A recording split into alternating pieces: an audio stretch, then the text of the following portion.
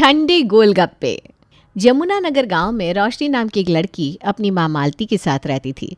उसके पिता की एक हादसे में मौत हो चुकी थी, जिसके बाद से रोशनी अपने पिता के गोलगप्पे के ठेले को चलाकर अपने घर की सारी जिम्मेदारियां खुद उठाने लगी थी। उसके गांव के चौराहे पर हर दिन शाम को उसके गोलगप्पे के ठेले पर ग्राहकों की भीड़ लगती थी। वहां पर रोशनी के हाथों से बने गोलगप्पों का ऐसा स्वाद था कि लोग दूर दूर से खाने आते थे। उसके ठेले पर लड़कियों से ज़्यादा लड़कों की भीड़ लगी रहती थी, जिसकी वजह से गाँव के बूढ़े लोग उसे गलत कहते थे। दीदी जल्दी करो ना, मैं आधे घंटे से खड़ा हूँ, पहले मुझे गोलगप्पे खिला दो। अरे रोशनी दीदी, आप गोलगप्पे बहुत अच्छे बनाती हो। जल्दी से ये पैसे लो, मैं जल्दी में हूँ, बाकी सब बाद में खा लेंगे। भैया सबकी बारी आएगी, पहले ये खा ले फिर आपकी भी बारी आ जाएगी। लड़कों की भीड़ में औरतें और लड़कियां कम ही आती थीं, क्योंकि उनके लिए जगह बनाना मुश्किल हो जाता था। ये सब लड़के गोलगप्पे खाने आते हैं या इसे देखने? मुझे तो लगता है ये सब गोलगप्पे खाने के बहाने यहाँ सिर्फ टाइम पास करने आते हैं।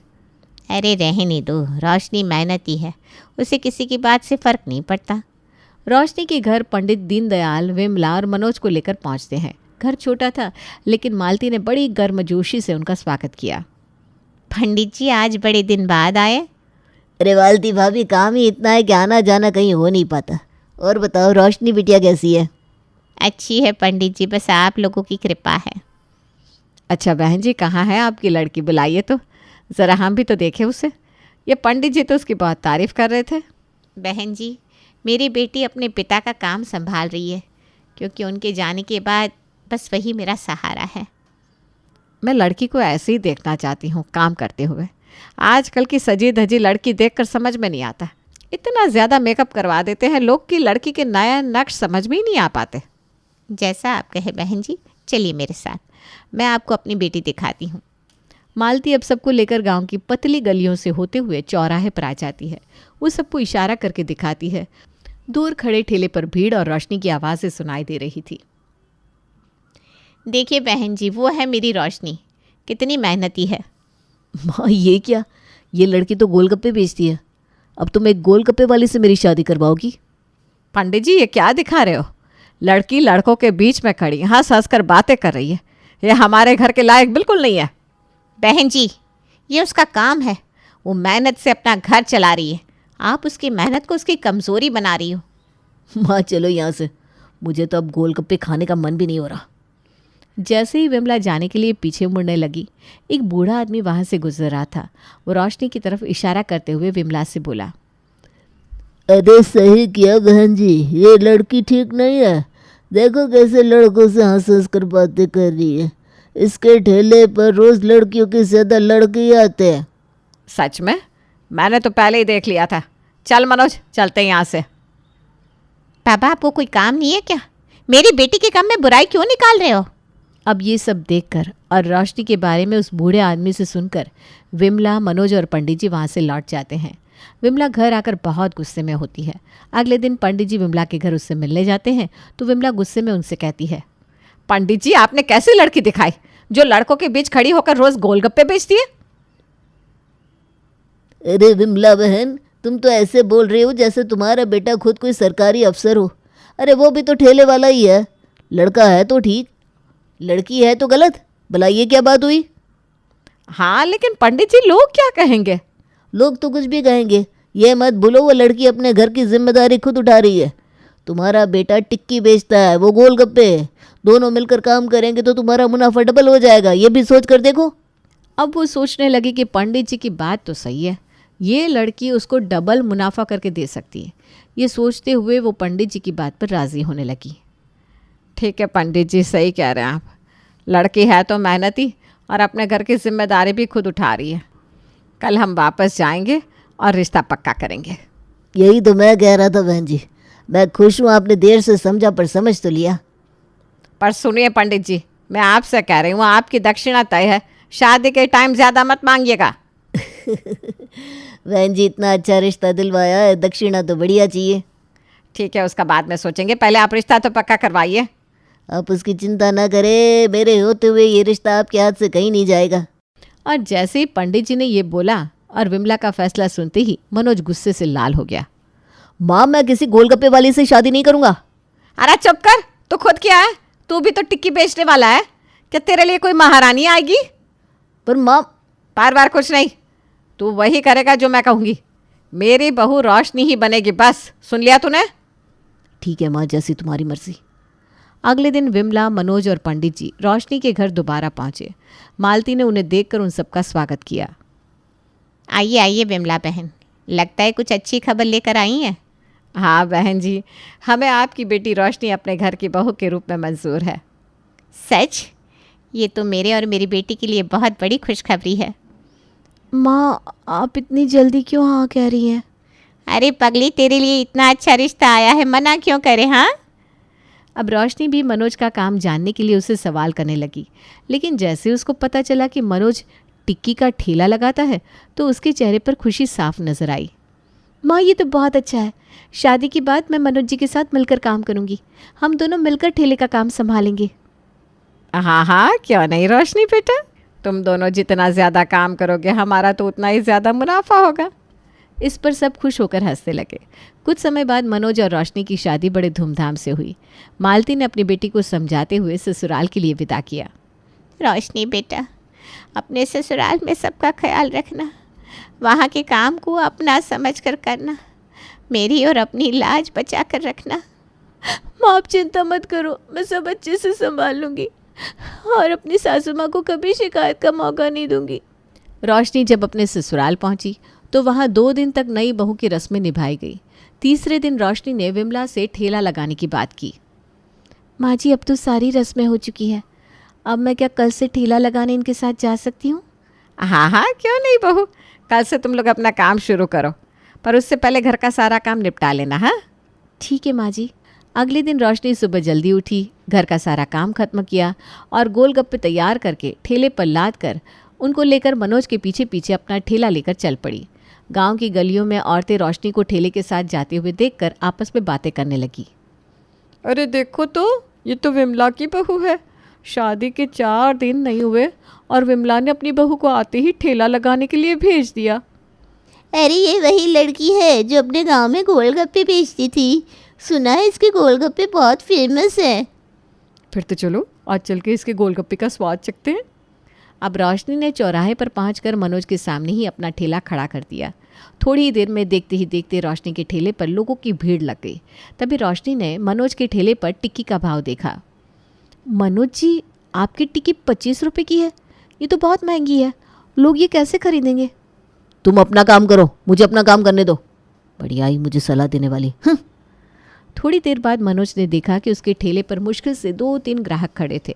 वहीं दूसरी तरफ रोशनी के ठेले पर ग्राहकों की भीड़ जमा हो चुकी थी। दीदी, मेरे लिए 20 रुपये के गोलगप्पे पैक कर दो। मुझे भी घर के लिए गोलगप्पे ले जाना है। आपके गोलगप्पे खाकर मज़ा आ गया भाई। लगता है सब लोग अब गोलगप्पे ही खाएंगे।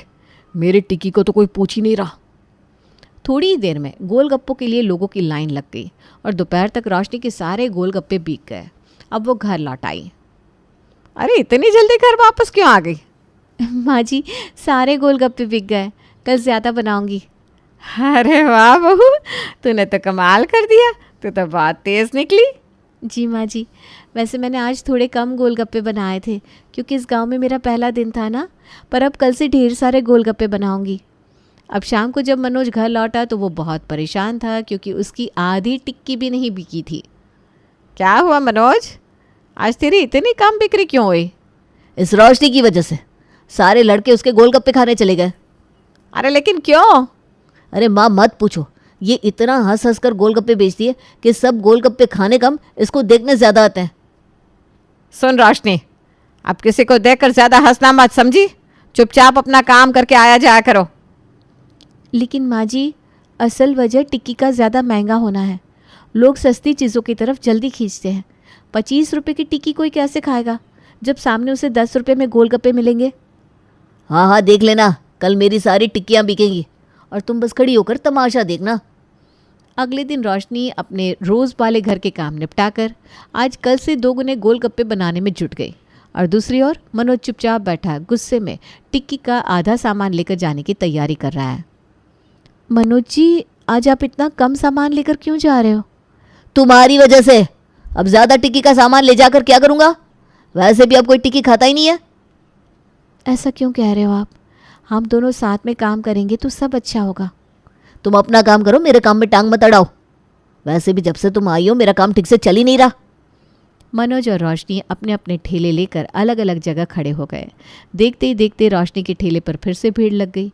बच्चे, लड़कियां और महिलाएं गोलगप्पों का मजा ले रही थी। उधर मनोज के ठेले पर आज भी सन्नाटा छाया हुआ था। भाभी जी, आपके गोलगप्पे तो कमाल के हैं। मेरे घर के लिए भी पैक कर दो जी।